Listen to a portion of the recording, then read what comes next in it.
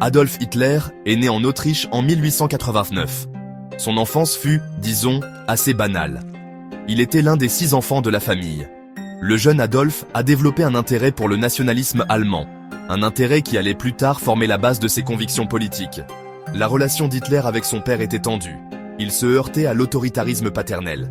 Il était plus proche de sa mère, mais elle mourut lorsqu'il était adolescent. À l'école, Hitler obtenait de bons résultats dans certaines matières. Il excellait en histoire et en dessin, mais il n'a pas obtenu son diplôme.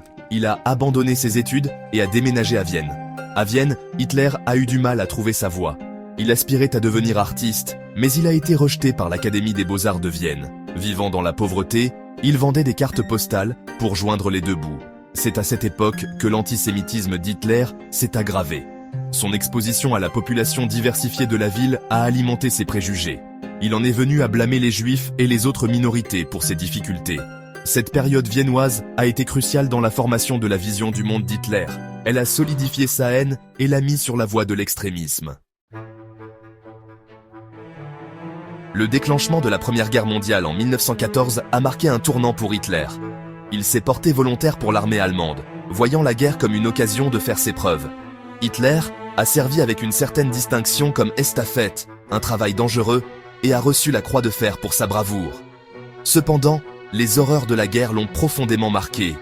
Hitler a été blessé au combat et a été temporairement aveuglé par une attaque au gaz. La défaite allemande de 1918 a été une pilule amère à avaler. Il a imputé la défaite aux politiciens et aux juifs.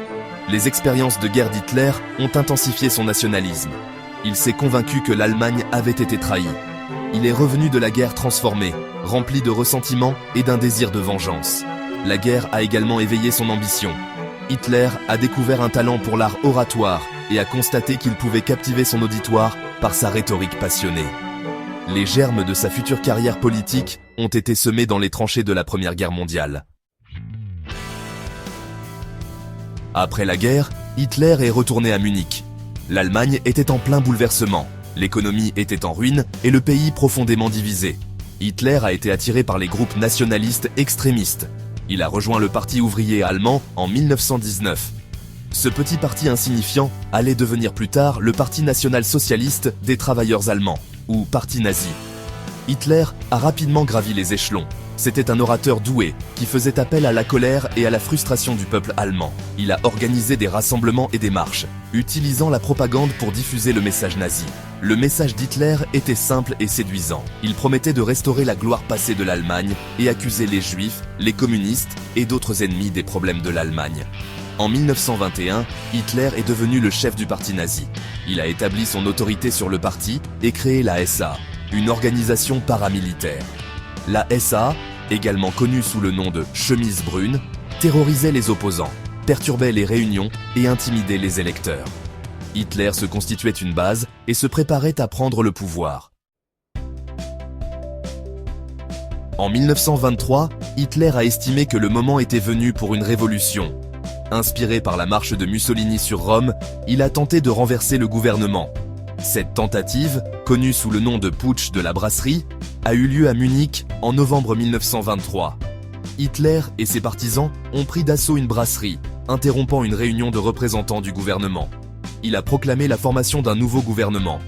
Cependant, le putsch a rapidement échoué. La police a écrasé le soulèvement.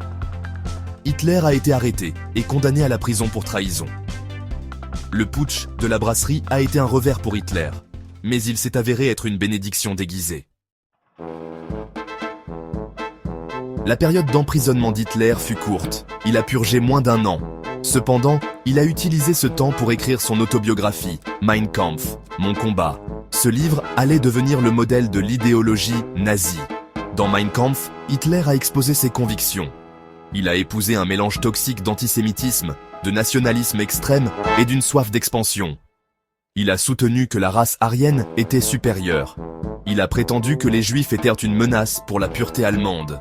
Il a appelé à l'expansion du territoire allemand. Il a fait valoir que l'Allemagne avait besoin d'un espace vital à l'Est. Mein Kampf a d'abord été ignoré. Cependant, il est devenu un best-seller lorsque les nazis sont arrivés au pouvoir. Le livre offrait un aperçu effrayant de l'esprit d'Hitler. Il révélait sa haine et son ambition. Plus important encore, il exposait ses plans pour l'avenir. Après sa libération de prison, Hitler a reconstruit le parti nazi. Il avait appris de ses erreurs. Il a réalisé qu'il ne pouvait pas prendre le pouvoir par la force seule. Il devait gagner le peuple allemand. La Grande Dépression des années 1930 a joué en faveur d'Hitler. L'Allemagne a été durement touchée par la crise économique. Des millions de personnes étaient au chômage. Les gens cherchaient désespérément une solution. Hitler leur a offert un bouc émissaire. Il a blâmé les Juifs, les communistes et le traité de Versailles pour les problèmes de l'Allemagne. Il a promis de restaurer l'ordre et la prospérité. Les nazis ont gagné en popularité. Ils ont exploité l'anxiété économique et l'instabilité politique. Ils ont utilisé la propagande et l'intimidation pour faire taire leurs critiques. Lors des élections de 1932, les nazis sont devenus le plus grand parti au Reichstag. En janvier 1933, Hitler a été nommé chancelier d'Allemagne. Il avait enfin atteint son objectif. Il a rapidement consolidé son pouvoir. Il a utilisé l'incendie du Reichstag, un incendie criminel présumé contre le bâtiment du Parlement, pour justifier la suspension des libertés civiles. Il a fait adopter la loi des pleins pouvoirs, qui lui conférait des pouvoirs dictatoriaux. Les nazis ont interdit tous les autres partis politiques. Ils ont établi un État totalitaire. Hitler a écrasé toute opposition. Il a purgé la SA, éliminant les rivaux potentiels. Il a établi le contrôle sur l'armée et les médias. Il est devenu le dirigeant absolu de l'Allemagne.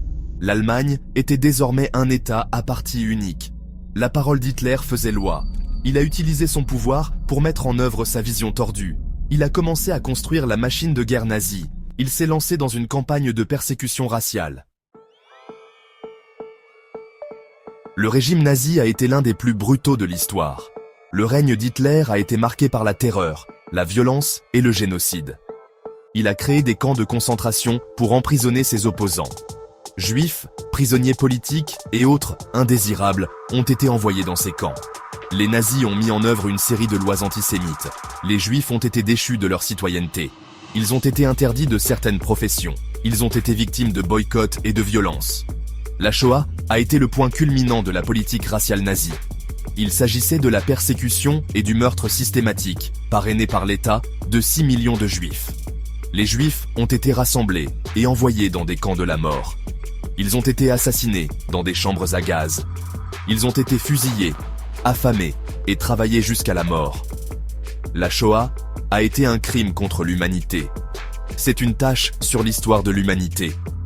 C'est un témoignage des dangers de la haine et de l'intolérance. Le règne de terreur d'Hitler n'a pas duré. Sa politique étrangère, motivée par son désir d'expansion, a conduit à la Seconde Guerre mondiale. La guerre a dévasté l'Europe. Elle a coûté la vie à des millions de personnes. En 1945, l'Allemagne était confrontée à la défaite. Les armées alliées se rapprochèrent de Berlin. Les rêves d'Hitler d'un Reich millénaire s'effondraient. Le 30 avril 1945, alors que les troupes soviétiques prenaient d'assaut la ville, Hitler s'est suicidé dans son bunker souterrain. Il a pris une capsule de cyanure et s'est tiré une balle dans la tête. Sa femme, Eva Braun, qu'il avait épousée quelques heures auparavant, s'est également suicidée. La mort d'Hitler a marqué la fin du régime nazi. Elle a mis fin à la guerre la plus destructrice de l'histoire. L'héritage d'Hitler est celui de la mort et de la destruction. Il est resté dans les mémoires comme l'un des hommes les plus haïs de l'histoire. Son nom est synonyme de mal et de génocide.